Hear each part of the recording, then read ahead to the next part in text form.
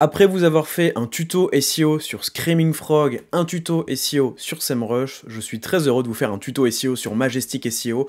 Majestic SEO, c'est l'outil que je préfère utiliser pour tout ce qui est analyse netlinking. Il est vraiment spécialisé sur cet axe SEO. Là, je vais vous présenter toutes les features qui pour moi sont les plus intéressantes. On va pas tout passer en review parce que c'est comme SEMrush, c'est un peu, on va dire que c'est un peu une usine, il y a énormément de features, mais moi je vais vous parler vraiment des peut-être 5-10 features, top features que j'utilise le plus souvent, qui sont pour moi les plus intéressantes, et il y en a même qui sont pas du tout présentes en fait dans des équivalents d'outils d'analyse de netlinking. Bref, avant toute chose, n'hésitez pas à vous abonner à la newsletter, vous avez le lien en description, un tips SEO toutes les semaines, et pour ceux qui voudraient choper des backlinks pour pas cher à partir de 7 € tout en soutenant la chaîne, n'hésitez pas à vous inscrire à Linkuma avec le lien d'affiliation qui se trouve en description.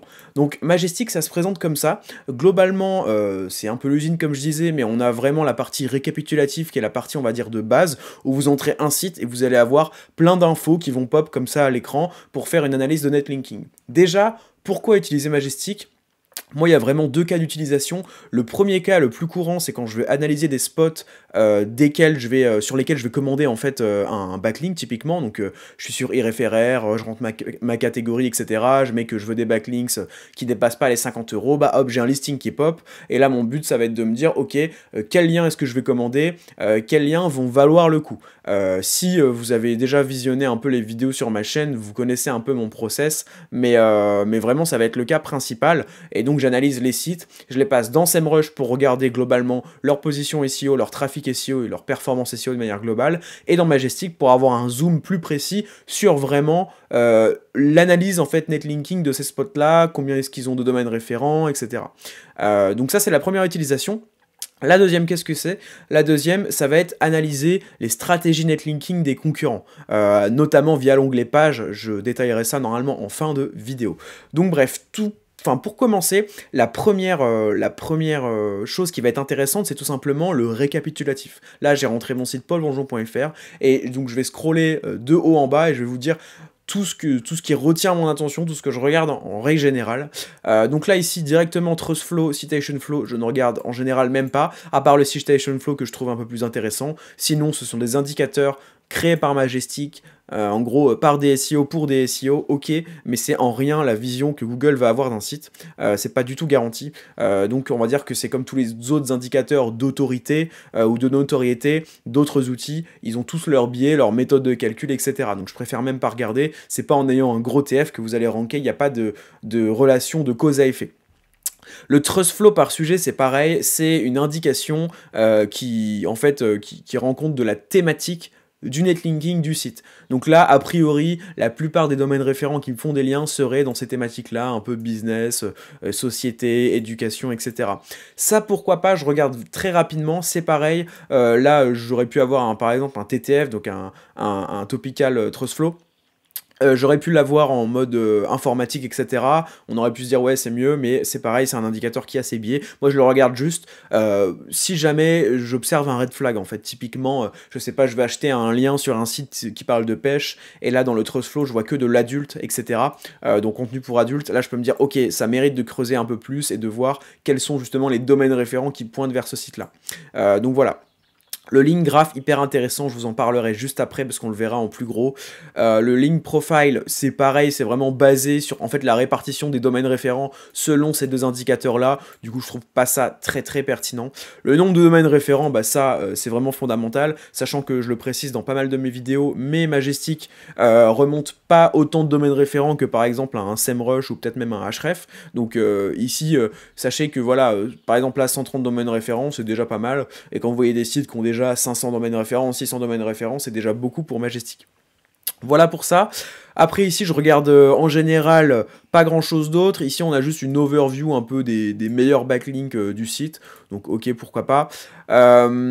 Ici c'est pareil, ça peut être un indicateur assez intéressant, le nombre de domaines extérieurs en fait par page. Si par exemple vous arrivez, vous analysez un site et que ici c'est marqué, je sais pas, 50, ça veut dire qu'en général, en moyenne, le site fait des liens externes vers 50 domaines référents différents par page, en fait, ce qui est juste énorme, donc ça peut être un annuaire ou quoi. Donc ça peut être un signe, vous pouvez vous dire, ok, je vais quand même bien analyser sur quel type de page je vais avoir mon lien, parce qu'il se peut que ce soit juste du listing, et que du coup le jus SEO, bah, en fait, soit divisé parmi 50 autres sites. Donc ça, c'est juste un indicateur qui... en fait, nous dit est-ce qu'on va creuser cette partie-là ou pas, en fait, tout simplement. Voilà pour ça, ça à la limite je regarde pas trop. En fait le but c'est ça, c'est de prioriser parce qu'il y a beaucoup d'informations, on peut vite être perdu. Le link graph, donc ici hyper intéressant. Donc en fait le link graph qu'est-ce que c'est? C'est tout simplement pour repérer si oui ou non le site que vous êtes en train d'analyser est présent dans un réseau de sites qui se font des liens en fait mutuels tout simplement, et qui est un réseau de sites un peu bourrin qui pourrait être facilement cramé, identifié par Google. Donc là, vous voyez qu'ici, on voit qu'il y a une bulle juste là, apparemment un réseau de sites qui ferait un lien, enfin quelques liens au moins vers mon site à moi. Et donc après, si vous voulez analyser ça en profondeur, il faut savoir que déjà, ici, Majestic vous donne lui son interprétation. Donc là, voilà, votre link graph indique 365 liens qui rejoignent 145 domaines, ce qui donne un ratio de 2,5 pour chaque domaine. Donc en gros, voilà, ça peut suggérer que votre site est proche d'un réseau de liens. Donc déjà, à la limite, si vous ne souhaitez pas faire l'analyse vous-même, vous avez ici une petite indication. Mais sinon, vous pouvez très bien cliquer ici pour l'ouvrir en grand dans un autre onglet. Et là, vous pouvez tout simplement voir quels sont ces sites-là, etc. Bon, pour ceux qui savent, en l'occurrence, voilà, bon là, on a un lien, on a un lien qui était un peu adulte, etc. En l'occurrence, bon bah voilà, comme je suis dans le SEO, que je suis un peu visible, etc. J'avais eu une petite attaque de netlinking qui n'avait absolument rien fait à mon site d'ailleurs, mais donc c'est dû à ça pour ceux qui se demanderaient. Mais voilà, globalement, et ça c'est typiquement voilà le genre de fonctionnalité que j'adore, je crois que c'est je pense ma préférée chez Majestic, que a priori, en tout cas à ma connaissance, les autres outils n'ont pas forcément, et qui fait toute la différence. C'est là qu'on voit qu'en fait le site est vraiment spécialisé netlinking pour pouvoir nous sortir en fait des visions, des visualisations comme ça qui sont, je trouve, super intéressantes. Voilà, donc link profile ici, comme je vous l'avais dit, je ne regarde pas. Les langues, je regarde rapidement, mais globalement voilà. Ça c'est pareil, c'est juste est-ce qu'il y a un red flag ou pas. Si vous avez un site français et que 100% des backlinks sont, je sais pas, italiens par exemple, vous pouvez vous dire bon c'est peut-être un peu bizarre, je vais aller creuser. Crossflow par sujet, c'est ce qu'on avait tout en haut là, mais en un peu plus détaillé. D'ailleurs là on voit qu'il y a l'adulte qui remonte ici, donc pareil. Densité de liens entrants, c'est assez intéressant. Vous vous souvenez ici on avait une métrique, voilà, le nombre de domaines référents extérieurs en moyen en fait, en moyenne par page. Ici c'est la même chose mais à l'inverse, c'est-à-dire que ça concerne pas mon site, ça concerne plutôt les liens que reçoit mon site. Donc en fait tous les liens entrants. En fait typiquement, cette donnée est un peu compliquée à comprendre, mais je vais vous l'expliquer parce qu'elle est vraiment hyper intéressante. Si mon site ne recevait, écoutez bien, si mon site ne recevait que des liens depuis des annuaires, donc depuis des pages référentes qui elles-mêmes font plein d'autres liens vers plein d'autres domaines référents, vers plein d'autres domaines de destination plutôt, en fait ici on aurait des gros pics. À l'inverse, si vous avez des pics ici, ça veut dire que la plupart des liens que vous recevez, et ben en fait ils sont émis depuis des pages qui ne font pas beaucoup d'autres liens vers d'autres domaines. Donc en fait, qui ont plus de puissance puisque c'est pas dilué en fait. Pour rappel, si demain là, je crée une page et que je fais un seul lien externe, limite aucun lien interne, un seul lien externe vers un seul domaine référent, il va recevoir beaucoup de puissance. À l'inverse, si je fais la même page mais que je fais plein de liens internes plus un lien externe mais aussi autour plein d'autres liens externes vers d'autres domaines, toute la puissance de la page entre guillemets, son page rank, sa puissance SEO, son jus SEO va être dilué en fait. Donc ça permet de regarder ça. Donc c'est hyper intéressant à mon avis. Ici le backlink history, très intéressant aussi, mais je trouve que ça donne pas grand chose comme ça. Moi je vous conseille de l'ouvrir dans une autre fenêtre pour avoir le détail et de mettre en fait la vue ici cumulative pour voir un peu en gros la courbe d'acquisition des domaines référents, d'ailleurs qui sont mal traduits ici, domaines de référence, c'est assez drôle, et des backlinks. Donc pour voir un peu dans quelle dynamique le site est. Là par exemple je crois que c'est le moment où peut-être que j'avais pris l'attaque un peu de négative SEO, enfin c'est possible, ou alors je sais pas pourquoi d'un coup pas mal de sites se sont mis à me faire des liens, mais bref, Enfin, c'est des backlinks. Donc là, on voit que par exemple, c'est pas corrélé ici parce qu'on n'a pas forcément une augmentation non plus drastique du nombre de domaines référents. Donc c'est peut-être un même site qui m'a fait beaucoup de liens d'un coup. Enfin bref, toujours est-il, ça vous permet de voir un petit peu dans quelle dynamique se trouve le site que vous analysez, que ce soit vos concurrents ou un site duquel obtenir un backlink. Si vous voyez que la courbe globalement elle monte et que même elle monte assez récemment et tout, vous pouvez vous dire ok, la dynamique netlinking d'acquisition de liens et de domaines référents est bonne, donc j'estime que voilà, ils prennent soin de leur site, etc.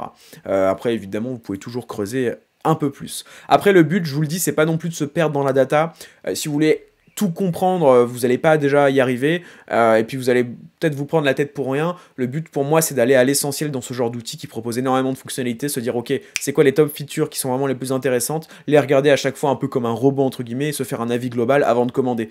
Parce que si vous chopez un backlink à 50 €, est-ce que ça justifie le fait d'y passer, je sais pas, 2 heures pour analyser le site? Je pense pas. Après évidemment, voilà, si vous achetez un lien à 1000 €, là c'est une autre histoire. Enfin bref, on a d'autres choses à regarder. Ici, alors voilà, ce que j'aime bien, c'est la répartition des backlinks par catégorie. Et moi, je regarde surtout les follow, en fait, tout simplement. Parce qu'un site peut avoir énormément de backlinks, mais s'il a tous ses backlinks en backlinks en nofollow, vous en conviendrez, c'est moins intéressant. Donc pour rappel, nofollow, c'est censé dire à Google, en fait, ne passe pas de jus de puissance SEO à ce site-là. Et follow, entre guillemets, ça n'existe même pas, follow, c'est juste que c'est pas nofollow. Donc en fait, qu'il n'y a pas l'attribut nofollow, ni UGC, ni sponsored, enfin tous les trucs qui disent à Google, en gros, de limiter un peu la puissance transmise. Et donc voilà, très très intéressant d'avoir cette part-là, parce que mon site aurait pu avoir 10 000 domaines référents, on aurait pu se dire, waouh, 10 000 domaines référents sur Majestic, c'est juste énorme, sauf que ça se trouve, on aurait vu, bah voilà, 99% de nos follow ici, ce qui change un petit peu la donne. Donc regardez bien ça. Ensuite, bon là il y a des doublons un peu, etc. Ça peut être intéressant de regarder. Les liens edu et .gouv, pourquoi pas, honnêtement je regarde pas souvent. Et d'ailleurs ouais, souvent la partie dofollow je la regarde plutôt ici par domaine référent. Donc le pourcentage de domaines référents qui ont un lien dofollow. Je trouve ça plus intéressant que regarder lien par lien. Parce qu'un même domaine référent, ça se trouve, il peut faire un lien dofollow vers votre site, mais aussi derrière 10 autres liens en nofollow, mais pour autant il fait au moins, enfin c'est plus intéressant en fait, je trouve. Ça permet de filtrer, de regarder juste par domaine référent. Voilà, donc là pareil, domaine référent en edu et en .gouv, bon d'accord. Et là en fait on retrouve la même visualisation que tout à l'heure, si on l'ouvre à côté, c'est le backlink history avec la vision backlink et la vision domaine de référence, domaine référent, n'est-ce pas? Voilà, après on a les encres de liens. Donc ici, très drôle, l'encre de lien ici, excellent, celle-ci aussi, très marrant, donc ça vient de l'attaque que je vous avais dit, enfin bref, très rigolo. Mais bref, en 2 secondes, vous pouvez vous rendre compte en fait des encres de liens qui sont utilisées sur un site, donc voir ce qu'ils optimisent. Des fois, ça peut même révéler rapidement la stratégie SEO du site. Si vous entrez le site de Nutrimuscle, que j'ai analysé par exemple, et que vous voyez que toute page confondue sur le site dans sa globalité, la top encre, c'est créatine, bah vous dites ok, là clairement il faut un focus sur cette page-là, et c'est intéressant. Et c'est aussi intéressant de voir s'ils n'ont pas des encres trop optimisées, même si là on n'a que les top 10 encres. C'est évidemment intéressant de regarder ça. Si vous voyez que des encres optimisées, bah, typiquement moi si j'avais que consultant SEO, freelance SEO, consultant SEO Paris, etc., vous pouvez vous dire bon ok, le site il y va un peu comme ils y vont un peu comme des bourrins.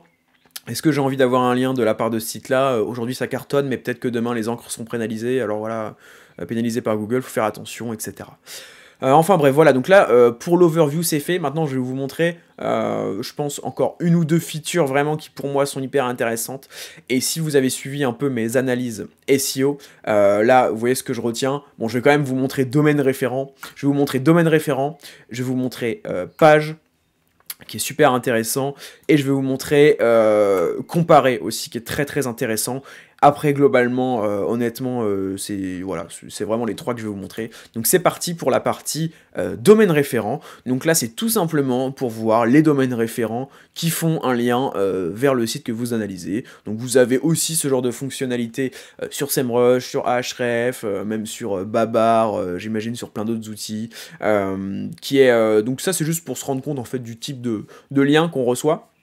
Alors faut faire attention de comment c'est classé.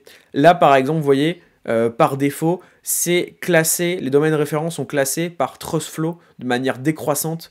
Donc moi je trouve pas forcément ça hyper pertinent. Vous savez que le TrustFlow, j'aime pas trop. Néanmoins, on voit qu'ici, là, ça fait quand même remonter les plus gros sites. Donc pourquoi pas. Moi, l'alternative que je proposerais pour voir si on veut voir d'un coup quels sont les meilleurs domaines référents, c'est tout simplement de classer ici par nombre de domaines référents. Donc vous mettez ici domaine référent, toujours en descendant. Puis là, vous pouvez mettre pourquoi pas un autre critère. Qu'est-ce qu'on pourrait mettre comme critère secondaire? En réalité, on pourrait mettre le TrustFlow, pourquoi pas en secondaire, hein. Moi, je trouve ça pertinent. Alors, où est-ce qu'il est? Il est ici, hop, voilà. Et là, je trouve ça un peu plus parlant. Même si là, c'était honnêtement parlant, mais vous voyez, on retrouve globalement les mêmes sites avec Spotify en premier. Donc voilà pour ça. Donc voilà pour se faire un petit avis rapidement sur le genre de site qu'on a. Après, le but, c'est pas forcément de regarder que les meilleurs, mais plutôt tout ça dans sa globalité pour voir un peu s'il n'y a pas aussi des sites un peu pourris, etc. Donc voilà, donc ça c'est toujours intéressant à regarder rapidement. Ici du coup, très intéressant, la partie la plus intéressante pour moi, c'est de voir justement dans l'onglet pages, on voit directement quelles sont les pages qui reçoivent le plus de backlinks, même plutôt le plus de domaines référents. Et donc ça témoigne en général des stratégies SEO des sites. Et donc là sur mon site, bon, j'ai pas énormément de stratégie de netlinking depuis, enfin ça fait longtemps que j'en ai pas eu, mais je vais pouvoir vous interpréter un peu tout ça. Donc vous voyez, en général, vous avez toujours les pages d'accueil qui pop en premier. Enfin, quand je dis les pages d'accueil, c'est les différentes versions d'une page d'accueil. Donc là, vous voyez que c'est le HTTP, le HTTPS. Et là, on voit direct qu'il y a consultant SEO Lille qui va pop. Donc hyper intéressant. Donc ça, effectivement, c'est une page que j'ai pas mal voulu pousser, mais je me demande si on m'a pas fait des backlinks que j'ai pas forcément demandé non plus. Enfin bref. Ici, c'est marrant, je vois que j'ai pas mal de liens vers une page 404, enfin il me l'indique en 404, mais on voit qu'elle est bien active, donc je sais pas pourquoi il me la sort comme ça. Enfin bref. Ici, campagne de netlinking SEO, consultant SEO, agence SEO Lille, c'est pareil, je sais pas pourquoi il me la sort en 404. Bon, il doit déconner, je pense que ça fait longtemps qu'il l'a pas crawlé. Voilà, 22 février 2024. Mais en tout cas, voilà, on voit rapidement, et vous le savez, si vous suivez un peu les analyses que je fais en SEO, je regarde toujours ça. En fait, ce que je regarde en général pour me rendre compte de la stratégie SEO d'un site, du focus SEO d'un site, ça va être ses positions, ses top positions SEO top 5 qui lui apportent le plus de trafic sur SEMrush. Et juste après, le deuxième truc que je regarderai, c'est vraiment ça. En gros, où est-ce qu'ils obtiennent le plus de liens, puisque on va dire que quand même, quand on analyse des sites qui ont des bonnes performances SEO, dans 90% des cas, les liens qu'ils obtiennent, c'est vraiment voulu, c'est souhaité.